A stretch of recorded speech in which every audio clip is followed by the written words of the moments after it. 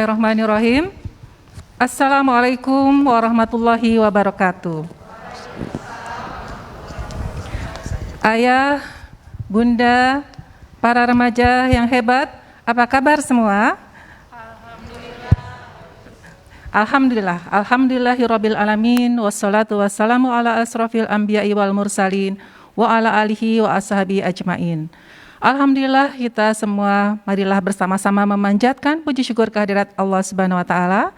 Pada sore hari yang indah ini kita sama-sama bisa hadir untuk sama-sama belajar bersama, mengkaji bersama dalam acara Kabar Bunda Niken atau Kajian Bunda Niken. Pada sore hari ini kita akan membahas tentang pengasuhan remaja. Remaja dikatakan adalah peralihan dari anak-anak menuju dewasa. Banyak perubahan yang terjadi pada diri remaja sehingga menjadikannya harus banyak tahu saat ini Indonesia sedang mengalami masa yang disebut bonus demografi. Seperti kita tahu dalam sensus penduduk tahun 2020 kemarin, kita memiliki penduduk usia produktif sebanyak 70%, di mana generasi milenial atau generasi usia 24 sampai 39 tahun berjumlah sebanyak 27%, generasi Z atau 8 sampai 23 tahun berjumlah 28,62%. Ini dijumlah menjadikan mereka sebanyak 55,86%. Artinya saat ini sebagian besar masyarakat di Indonesia, di Nusa Tenggara Barat, di seluruh kota kabupaten adalah berusia muda dan produktif. Hampir di semua rumah kita bisa temukan ada remaja di dalamnya. Namun ternyata kondisi ini tidak disertai dengan kemampuan kita para orang tua untuk bisa memahami mereka, memahami proses yang terjadi pada mereka dan memberikan pengasuhan yang terbaik. Hasilnya kita saat ini perlu bertanya kepada diri kita sendiri dan kepada remaja, bagaimana sebenarnya kondisi mereka. Untuk itu hari ini kami hadir bersama para narasumber, Bapak Laluyul Haidir, Ketua Himpunan Psikolog Indonesia, Chapter NTB. Selamat sore Pak, Assalamualaikum. Silakan dipegang mic-nya ya. Dan juga Mas Alif Basalamin, Ketua Forum Genre Provinsi Nusa Tenggara Barat. Ya, alhamdulillah ya, sehat semua Bapak. Alhamdulillah sehat. Alhamdulillah. Jadi tadi sudah kita sedikit lihat ya, ada beberapa kalau kita lihat di media massa, di koran, selalu yang menjadi berita adalah ternyata ada peran remaja di situ, entah sebagai objek ataupun juga sebagai subjek ya. Jadi apakah sebenarnya yang terjadi pada remaja saat ini dan mungkin apa saja sebenarnya yang perlu kita pahami tentang remaja. Untuk itu sebelumnya saya ingin tahu Pak Yul, yang namanya remaja itu usia berapa sih? Jangan-jangan kita di sini rancu ya, yang namanya remaja umur 8 tahun. Ternyata bukan gitu ya. Jadi kalau kita semua tadi hampir semua rumah ternyata ada anak remajanya, sebenarnya disebut remaja itu usia berapa? Ya, kalau kajian psikologi Bunda Niken dan Bapak Ibu semuanya beragam teori, beragam pendapat. Ada yang mengatakan remaja itu mulai dari 12 sampai 18. Ada juga ya SD sudah masuk kategori remaja. Ya. Jadi ini juga yang menjadi perhatian semua. Kalau di rumah kita ada adik kita, anak kita, cucu kita yang usianya sudah di akhir-akhir SD, maka dia sudah mengalami proses perubahan dari anak-anak menuju dewasa tadi yang dikatakan penuh turbulensi ya. Mungkin itu apa yang sebenarnya yang menurut Bapak yang menjadi kondisi remaja itu seperti apa sih kondisi? Mungkin saya akan tanya dari sisi psikologisnya ya, sebagai psikolog bagaimana? Ya Bunda Niken, terima kasih. Dalam Kabar Bunda Niken ini kita akan banyak belajar. Focusing hari ini adalah memahami psikologi remaja dan problemnya ya. Bapak Ibu, kalau kemudian kita berbicara tentang remaja Bunda, ya di akhir SD biasanya kelas 4 semester akhir. Jadi sekarang tren riset itu menstruasi mimpi basah itu mulai terjadi dari kelas 4. Kalau dulu mungkin zaman ibu-ibu di sini, zaman ini generasi milenial ya. Ibu-ibu deh yang banyak di sini. Mungkin SMA, mungkin SMP, mungkin saya kelas 1 SMP. Oh, kelas 1 4 SD. Rata-rata 4 SD kalau di beberapa riset.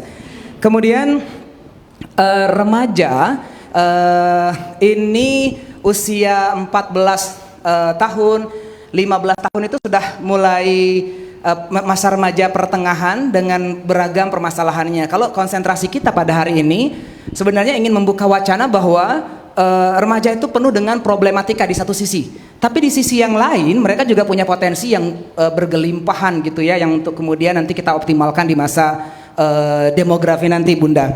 Jadi kalau kemudian kita mencoba melihat gitu ya, usia stabilnya remaja itu adalah sekitar 18 tahun mulai ajak. Ya, mulai ajak. Jadi usia 12, 13, 14 tahun itu kalau misalnya tadi Bunda mengatakan turbulensi, pancaroba, coba-coba, trial, mencari identitas siapa saya, siapa orang tua saya, siapa teman saya. Tapi usia 17 tahun ke atas biasanya mereka sudah menemukan identitas dirinya. Sebenarnya kalau kemudian dalam kajian paradigma yang lain, misalnya mohon izin, itu termasuk terlambat. Usia 12 tahun kalau secara EQ, anak-anak kita itu remaja itu sebenarnya sudah sama kapasitas kognitifnya dengan kita semuanya yang dewasa. Sehingga wajar kalau kemudian dalam kajian Islam adalah tadi malam dia mimpi basah, besok udah nanggung dosa full yang sama seperti orang dewasa. Ya, jadi kalau kemudian kita mengatakan bahwa 17 tahun, 18 tahun stabil, itu sebenarnya kita terlambat. Jadi anak-anak kita juga bisa distimulasi melalui kajian Bunda Niken ini. Nanti ada kabarnya, informasinya banyak sesi yang akan kemudian membantu kita untuk menjawab tentang remaja seutuhnya. Kalau dalam beberapa kajian riset Bapak dan Ibu, permasalahan remaja itu memuncaknya di usia 14-15 tahun. Kalau kita di Nusa Tenggara Barat misalnya, mohon izin, tren perkembangan permasalahan remaja di Nusa Tenggara Barat itu tersentralnya ketiga hal, ya, yang ini populer, the big problem, yaitu seksualitas, kemudian perilaku,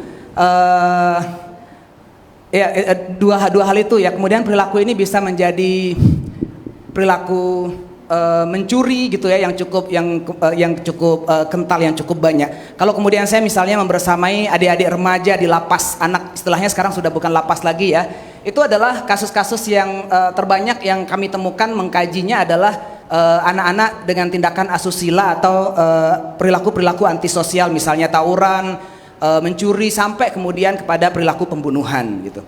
Nah ini ada di tengah-tengah kita. Bapak dan Ibu, kalau kemudian boleh saya izin lanjut, Bunda? Ya. Oke. Bapak Ibu, kalau kemudian kita ingin membuka paradigma berpikir kita, teman-teman genre yang kemudian juga menstimulasi tumbuh kembang remaja yang sehat gitu ya. Saya ingin pada kesempatan ini, ayo kita sama-sama buka kesadaran kita bahwa tadi angkanya sangat besar anak-anak remaja di sekeliling kita. Tapi ternyata problematika mereka juga semakin hari itu semakin bertambah. Data statistik misalnya meningkat terus dan belum ada tren penurunannya. Bahkan kemudian di hasil riset yang lain, remaja milenial juga adalah salah satu usia resiko depresi besar dibandingkan dengan usia-usia yang lain. Kita kemarin sempat berdoa mendampingi dengan cukup panjang ya, perilaku bunuh diri remaja-remaja kita yang ada di kabupaten sebelah, misalnya di kabupaten kita, salah satu kabupaten provinsi kita. Itu juga simple sekali penyebabnya. Di media mungkin tadi juga kita udah menemukan gambarannya. Jadi berselisih paham bersama dengan ibunya, hanya persoalan obat nyamuk gitu ya, misalnya kecil sekali, tapi kemudian perselisih paham, berdebat, endingnya trial to suicide, mencoba bunuh diri, sehingga akhirnya dalam kurun waktu 3 bulan itu kita menerima laporan di teman-teman HIMSI lebih dari 7 kasus kalau tidak salah. Nah itu bisa kebayang ini bagaimana kalau kemudian remaja-remaja kita tidak mendapatkan pertolongan psikologis pertama. Kita tentunya tidak menginginkan mereka kemudian menjadi korban. Maka kabar Bunda Niken, kajian yang konsentrasinya luar biasa sekarang ini, temanya adalah pengasuhan remaja ini. Jadi tepuk tangan dong buat kabar Bunda Niken ya. Mungkin saya ingin menyampaikan apa saja sih tren-tren permasalahan dari beberapa riset yang saya temukan, atau beberapa klien yang datang di ruang praktik saya.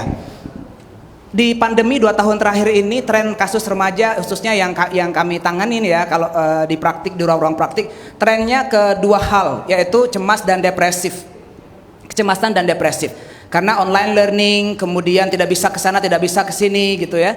Kemudian aksesnya dengan gadget, di mana kemudian gadget ini juga menjadi persoalan global ya, menjadi persoalan global banyak orang. Jadi seringkali remaja berkelahi gara-gara kemudian orang tua mengatakan kamu main HP terus gitu misalnya ya, akhirnya berselisih pendapat gitu. Nah dan trennya adalah pada kecemasan, pada depresif biasanya salah satu endingnya adalah bunuh diri. Dan angka terbesar perilaku bunuh diri pada individu itu adalah di usia-usia ini juga, di usia remaja, Bapak dan Ibu. Jadi kalau kemudian meminjam istilah Pak Fasli Jalal ya, Prof Fasli Jalal mengatakan kalau kemudian kalau ada kebaikan dari remaja anak-anak kita saat ini, Bapak dan Ibu, maka kemudian bonus demografi itu bisa akan jadi berkah. Tapi kalau tren bunuh diri tidak turun, ya, kemudian tren antisosial tidak turun pada remaja, merarik kode tidak turun misalnya pada remaja kita, maka demografi itu bisa jadi musibah kata beliau. Ya, bisa jadi. Ya, setuju sekali, Pak Yul. Bisa jadi musibah. Betul sekali. Jadi kita di sini disadarkan gitu ya bahwa tadi bonus demografi di NTB maupun di Indonesia ternyata kalau tidak kita kelola dengan baik justru akan menjadi beban, jadi musibah besar di masa yang akan datang. Terima kasih Pak Yul ya. Saya ingin ke Mas Alif ya, sebagai Ketua Genre NTB. Bagaimana nih Mas Alif sebagai wakil dari remaja? Apa sebenarnya kabar remaja hari ini? Apakah baik-baik saja? Oke, baik, terima kasih sebelumnya untuk Bunda Niken. Assalamualaikum warahmatullahi wabarakatuh. Waalaikumsalam warahmatullahi wabarakatuh. Jika kita berbicara tentang kabar remaja hari ini, maka kabar remaja hari ini adalah berbagai macam permasalahan yang sedang dihadapi saat ini, yang dimana ketika kami berbicara di dalam generasi berencana, remaja adalah dia yang berusia, seorang remaja sudah menyelesaikan pendidikan S1-nya. Nah, itulah kenapa kami di generasi berencana berpatokan usia remaja adalah 10 sampai dengan 24 tahun. Selanjutnya, permasalahan remaja masa kini yang sedang dihadapi adalah permasalahan nikah dini yang semakin hari semakin meningkat. Dapat kita lihat di beberapa daerah kita di Provinsi Nusa Tenggara Barat ini, permasalahan nikah dini ini semakin hari semakin meningkat. Dan target utama atau faktor utama dari permasalahan nikah dini ini adalah para anak-anak atau perempuan. Nah, inilah yang akan menjadi dampak terburuk atau permasalahan yang sampai saat ini harus kita selesaikan bersama-sama, yang dimana dapat kita pahami bersama-sama Bunda sampaikan tadi. Oleh karena itu, upaya yang akan kami lakukan adalah bagaimana permasalahan ini semakin hari semakin meningkat ini dapat diselesaikan agar penurunan permasalahan tersebut dapat sesuai yang kita harapkan. Selanjutnya, permasalahan remaja yang sedang dihadapi oleh Nusa Tenggara Barat saat ini yang kami lihat dari data-data yang kami lakukan adalah bahkan mereka mengonsumsi untuk digunakan sebagai salah satu faktor utama dalam menenangkan dirinya mereka masing-masing, padahal hal itu berdampak buruk untuk kesehatannya mereka masing-masing. Selanjutnya, permasalahan sekarang yang dihadapi oleh remaja ini adalah banyaknya remaja yang dilakukan kekerasan di dalam suatu berpacaran, yang dimana banyak sekali remaja mengalami kekerasan dalam berpacaran, sehingga masalah ini akan memberikan dampak yang buruk terhadap perkembangan kehidupannya mereka masing-masing. Begitu ya Mas ya. Jadi berpacaran pun sudah ada kekerasan. Iya Bunda. Gitu. Bahkan sekarang ini kekerasan semakin hari ini semakin meningkat, penyebaran video atau foto-foto yang dialami oleh seorang pasangan, yang dimana hal ini berdampak terhadap kekerasan yang dialami oleh mereka apabila mereka tidak mengirim atau mendokumentasikan apa yang diingin oleh pasangannya, maka nanti akan diancam seperti itu Bunda. Maka daripada itu, itulah upaya yang akan kami lakukan, bagaimana cara remaja ini menikmati masa remajanya ini sebaik mungkin. Nah, cara kami adalah untuk membuat segmentasi sesuai dengan basis usia yang mereka miliki, seperti itu Bunda. Ya, jadi kita bisa menganggap bahwa ternyata kondisi remaja tidak baik-baik saja ya. Mereka berada dalam usia peralihan tadi dan mereka sedang sibuk mencari jati diri, namun karena tidak didukung oleh keluarga, mungkin tidak didukung oleh lingkungan yang baik, tidak didukung oleh kita semua, jadi mereka mungkin agak tersesat ya. Ya, itu yang ingin kita bahas para permisa dalam kabar Bunda Niken, kajian bersama Bunda Niken. Kita ingin mengetahui bagaimana sebenarnya kita memahami remaja ini, bagaimana juga peran yang bisa kita lakukan sebagai keluarga, sebagai ayah, sebagai ibu, dan sebagai masyarakat di sekitar remaja untuk membantu remaja menemukan arahnya dan mengoptimalkan potensi-potensinya yang luar biasa. Mas Yul, saya ingin tahu lagi nih. Jadi kita kan alhamdulillah saat ini undang-undang perkawinan sudah berubah ya, usia pernikahan saat ini 19 tahun. Baik. Ya. Tadinya 16 tahun dan 17 tahun, 19 tahun ya. Saat ini semua laki-laki perempuan 19 tahun. 19 tahun. Namun yang menjadi pertanyaan saya, apakah usia 19 tahun ini juga sudah menjamin bahwa remaja yang menikah tersebut sudah cukup matang gitu ya sebagai seorang manusia dewasa gitu ya. Ya, artinya pernikahan kan memang tidak hanya berlangsung 1-2 minggu atau 1-2 bulan, tapi harapannya seumur hidup. Jadi apakah sebenarnya yang dilakukan dengan penetapan usia pernikahan itu sudah merupakan hal yang terbaik gitu ya, ataukah ada sesuatu yang seharusnya kita lakukan di luar itu? Baik, ya usia 19 tahun itu sudah matang ya secara psikologis.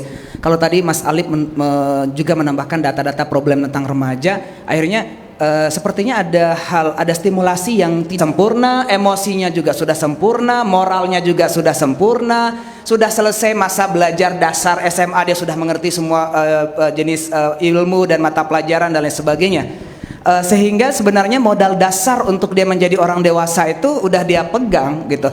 Idealnya adalah harusnya sudah siap ya. Nah, antara idealitas kita yang tinggi tapi dengan realitas masyarakat yang sekarang remaja kita baru menghadapi persoalan sedikit saja mereka sudah overthinking, mereka sudah cemas berlama-lama sampai akhirnya depresif. Jadi personalitinya nggak kuat, ketangguhan mereka tidak kuat, dan itu disebabkan karena salah satunya kalau di dalam banyak riset adalah stimulasi pengasuhan yang belum optimal.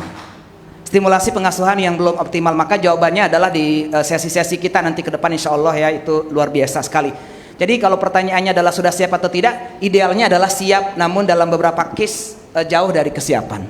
Ya, artinya 19 tahun harapannya sudah siap. Sudah. Apalagi yang di bawah itu ya. Kita tentu saja kalau terjadi pernikahan dini, kita bisa bayangkan masalah yang terjadi pasti akan begitu banyak dan bertumpuk-tumpuk ya. Jadi pesan-pesan kita adalah bagaimana kita menyiapkan anak kita agar di usianya nanti yang 19 tahun ini mereka benar-benar sudah siap secara emosional, secara fisik, secara moral untuk memikul beban sebagai manusia dewasa yang siap berumah tangga.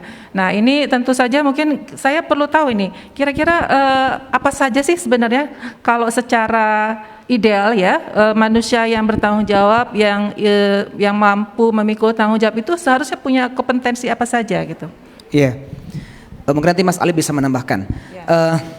Kompetensi, saya kebetulan Bapak Ibu adalah praktisi psikologi, jadi punya satu program kegiatan camp akil balik ya, camp akil balik.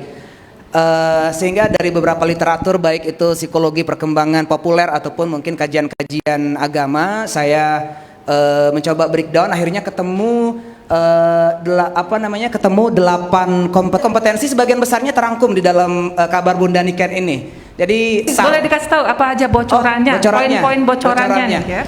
Bocorannya adalah yang tidak bergantung penuh lagi kepada orang dewasa, minta uang atau apa kayak gitu, mungkin dia sudah bisa dengan sendirinya harusnya. Kemudian ya konsep akalnya itu udah sempurna, itu kompetensi yang perlu dicapai. Kemudian dia memiliki orientasi pada kebaikan, ini yang penting banget. Dia punya orientasi pada kebaikan. Jadi aku hidup, what is my goal? Pacaran. Nah itu berarti orientasinya masih hal-hal yang buruk. Remaja yang kokoh itu orientasinya adalah pada kebaikan. Kemana saya sekolah, nanti saya kuliahnya di mana, dan seterusnya. Itu Bunda bocoran-bocoran sedikit ya. Mungkin kalau saya boleh sampaikan dari ini ya, dari modul yang sudah dibuat Pak Yul nih. Yang pertama adalah analytical thinking ya Pak Yul. Analytical thinking. Yang kedua decision making. Kemampuan responsibility. Ya. tanggung jawab, ya. Kemudian independensi tadi juga disebut, self regulated. Nah, ini kantor emosi agar bagaimana seperti yang tadi Mas mengatur diri sendiri, seperti ini itu. yang lemah Bunda, banyak kan remaja emosi. Self regulated juga. Mungkin merasa senang gitu ya, tidak bisa menahan diri, akhirnya begitu. Kemampuan remaja untuk aku salah atau enggak, aku benar atau enggak. Jadi membangun kesadaran. Bilang gini, saya bingung, saya stres, saya tertekan itu ya. Berarti kalau kita berbeda nilai, kita harus beradaptasi ya. Oh ternyata begini ya, dia tidak mengenal dirinya, dan itu terjawab nanti di self reflection. Dan yang terakhir ada 8 kompetensi yang kira gimana nih Mas Alif? Menurut Mas Alif benar gak? Kami dia untuk menciptakan hidup yang lebih sehat, cerdas dan ceria. Nah, ketika mereka sudah merencanakan pendidikan setinggi-tingginya, maka sistem permasalahan yang ada itu akan lebih mudah untuk diselesaikan lebih dengan pemikiran yang lebih dewasa. Selanjutnya adalah yang kedua, mencari pekerjaan Bunda. Mencari pekerjaan sesuai dengan passionnya mereka masing-masing. Karena ketika mereka sudah lulus, kita diharapkan untuk mencari pekerjaan agar nantinya kita dapat membantu menciptakan lingkungan yang lebih baik lagi dengan kapasitas yang kita miliki dari pendidikan yang telah kita dapatkan. Yang ketiga adalah merencanakan untuk berkeluarga, yang dimana merencanakan untuk berkeluarga itu adalah usia ideal menikah bagi kami di generasi berencana itu adalah 21 tahun bagi perempuan dan 25 tahun bagi laki-laki. Mengapa 21 tahun bagi perempuan dan kenapa 25 tahun bagi laki-laki? Karena usia 21 tahun itu perempuan sudah minimal menyelesaikan pendidikan S1-nya, dan 25 tahun itu untuk putra minimal mereka sudah mencari pekerjaan dan sudah mendapatkan pekerjaan sesuai dengan passionnya mereka masing-masing. Dan yang keempat adalah mereka melakukan kegiatan di lingkup masyarakat agar nantinya mereka tidak kaget nih ketika mereka berkeluarga, wah ternyata seperti ini ya di masyarakat, agar nantinya mereka tidak kaget. Serta yang kelima yang paling penting adalah melakukan penerapan pola hidup bersih dan sehat. Karena menjadi seorang remaja itu pintar saja tidak terlalu pintar saja memang penting, tapi yang harus mereka lakukan adalah menerapkan pola hidup bersih dan sehat. Mengapa menerapkan penting ini merupakan salah satu isu terbesar yang harus sama-sama kita selesaikan bersama-sama. Nah, dengan cara penerapan pola hidup bersih dan sehat itu kita akan membantu menyelesaikan permasalahan stunting yang terjadi. Seperti itu, Bunda. Iya, terima kasih nih Mas Alif ya. Sepertinya kalau ini terwujud ideal sekali yang dilakukan oleh genre kita ya, luar biasa. Sesuai dengan ilmu ya yang kita pelajari di psikologi. Ya, tapi memang tantangan yang terjadi saat ini tidak semudah itu, karena remaja saat ini hidup di zaman di mana kita berada dalam perkembangan digital yang sangat luar biasa, sehingga semua informasi baik buruk dan baik ada di dalam smartphone kita. Yang ini juga akan mempengaruhi cara mereka berpikir, cara mereka bertindak, memilih, melihat, dan bagaimana mereka menghabiskan waktunya gitu ya. Ini adalah tantangan masa depan dari remaja, saya pikir. Ya, mungkin Bapak Ibu kita akan break sebentar setelah ini, tapi rencana kami adalah kajian Bunda Niken kali ini tentang pengasuhan remaja dilakukan kerjasama dengan tim penggerak PKK Provinsi Nusa Tenggara Barat, terutama merupakan program dari Pokja 1 yaitu Paredi, yaitu pola asuh anak di era zaman digital ya. Era kita saat ini di zaman digital, maka semua hal harus terkait dengan digital, dan kita sebagai orang tua harus memiliki pengetahuan yang baik dan cukup untuk bisa mengantisipasi hal ini.